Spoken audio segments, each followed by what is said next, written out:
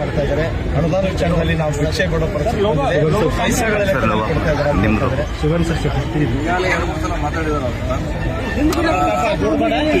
ಆತಂಕ ಅಂದ್ರೆ ನಮ್ಗೆ ಹೆಚ್ಚು ಕೆಲಸ ಆಗುತ್ತೆ. ಆತಂಕ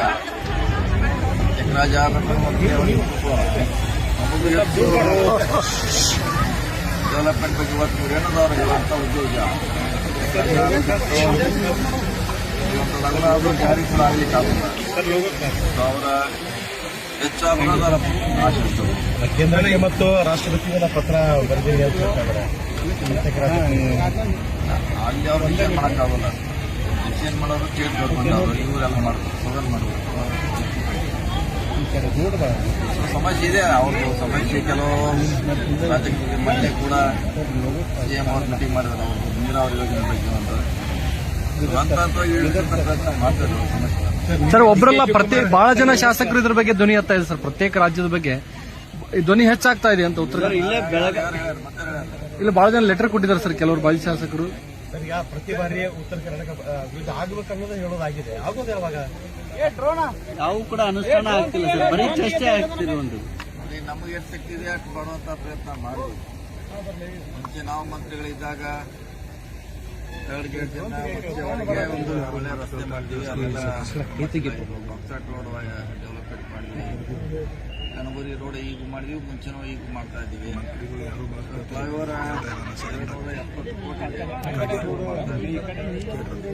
ಸಾಗಿದೆ. ಸರ್ದಾರ ಕಾಲೇಜಿಗೆ ಹೊಸ ಕಟ್ಟಡ ಕಟ್ತಾ ಇದ್ವಿ. ನೀರಾವರಿ ಸಾಕಷ್ಟು ಎರೆತುಂಬಿ ಯೋಜನೆ ಮಾಡ್ತಾ ಇದ್ವಿ.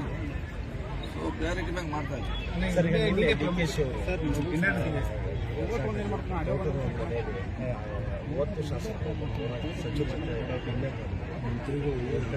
ಹೇಳ್ತಾರೆ 5 ವರ್ಷ ಸಿಎಂ ಸಿದ್ದರಾಮಯ್ಯ ಮುಂದಿರ್ತಾರೆ. ದಿವಸ ಪಾರ್ಟಿ ನಡೀತೇವ. ದಿವಸ ಅವ್ರವ್ರ ಗ್ರೂಪ್ನವರು ಒಂದೊಂದು ಕಡೆಯಲ್ಲಿ ಸೇರ್ತಾರೆ, ಊಟ ಮಾಡ್ತಾರೆ. ಎಲ್ಲ ಕಡೆ ದಿವಸ ನಡೀತಾರೆ. 3-4 ಕಡೆ ಯಾರು ದಿವಸ ಶಾಸಕರು ಸೇರ್ತಾರೆ. ರಾಜಕೀಯ ಚರ್ಚೆ ಏನಾಗೋದಿಲ್ಲ ಸರ್. ಅವ್ರವ್ರ ಗ್ರೂಪ್ನವರು ಊಟ ಮಾಡ್ತಾರೆ. ಹೀಗಾಗಿ ಅಲ್ಲ ಸರ್ ಪ್ರತಿ ವರ್ಷ ಆಗ್ತಿತ್ತು ಸರ್ ಇದು. ಬಟ್ ಈ ವರ್ಷ ಇಂಪಾರ್ಟೆನ್ಸ್ ಹೆಚ್ಚು ಬಂದಿದೆ. ನಿಮ್ಗೆ ಏನಾದ್ರು ಕರೆದಿದ್ರ ಸರ್? ಇಲ್ಲ, ನಮ್ಗೇನಾದ್ರು ಅದ್ರ ಬಗ್ಗೆ ಐಡಿಯಾ ಇಲ್ಲ. ಅಲ್ಲ ಸರ್ ಈ ವರ್ಷ ಇಂಪಾರ್ಟೆನ್ಸ್ ಹೆಚ್ಚು ಬಂದ ಸರ್. ಪ್ರತಿ ವರ್ಷ ಮಾಡ್ತಿದ್ರಿ, ಬಟ್ ಈ ವರ್ಷ ಸ್ವಲ್ಪ ಇದೆ. ಮುಂದಿನ ಸಲ ಇನ್ನೂ ಹೆಚ್ಚಾಗಿದೆ. ಮುಂದಿನ ಅಧಿವೇಶನಕ್ಕೆ ಡಬಲ್ ಆಗ್ತಿದೆ. ಈಗ ಮುಂದಿನ ದಿನದಲ್ಲಿ ನೀವೇನಾದ್ರೂ ಔತಣಕೂಟ ಮಾಡ್ತೀರಾ ಶಾಸಕರಿಗೆ? ಈಗ ಆಗೈತೆ ಇದೇ ದಿವಸ ನಿನ್ನೆ ಒಂದು ಗಂಟು, ಮೊನ್ನೆ ಎತ್ತಿ ಆಯ್ತು, ನಾಡ್ದು SC ಇದೆ, ಜನರಲ್ ಇದೆ.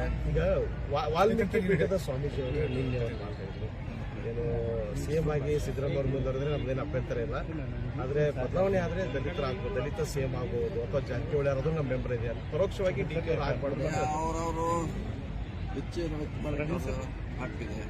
ಅವ್ರ ನಂತರ ನಾವು DKಶಿ ಪರವಾಗಿ ಹೇಳ್ತಿದ್ದಾರೆ, ಪರಮೇಶ್ವರ್ ಪರವಾಗಿ ಹೇಳ್ತಾರೆ, ನಮ್ಮ ಪರವಾಗಿ ಇದೆ, ಸಿಎಂ ಮುಂದುವರಿಬೇಕಂತ ಇದೆ. ಅವರ ಅಭಿಪ್ರಾಯ.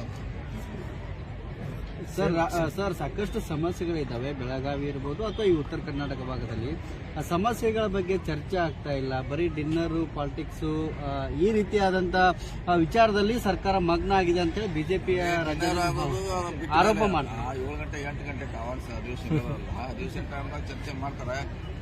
ಅವರವರ ಕಷ್ಟ ಏನಿದೆ ಕಾನ್ಸ್ಟಿಟ್ಯೂನ್ಸಿ ವೈಸು, ಜಿಲ್ಲಾ ವೈಸು ಅದನ್ನ ಇರ್ತಾರೆ.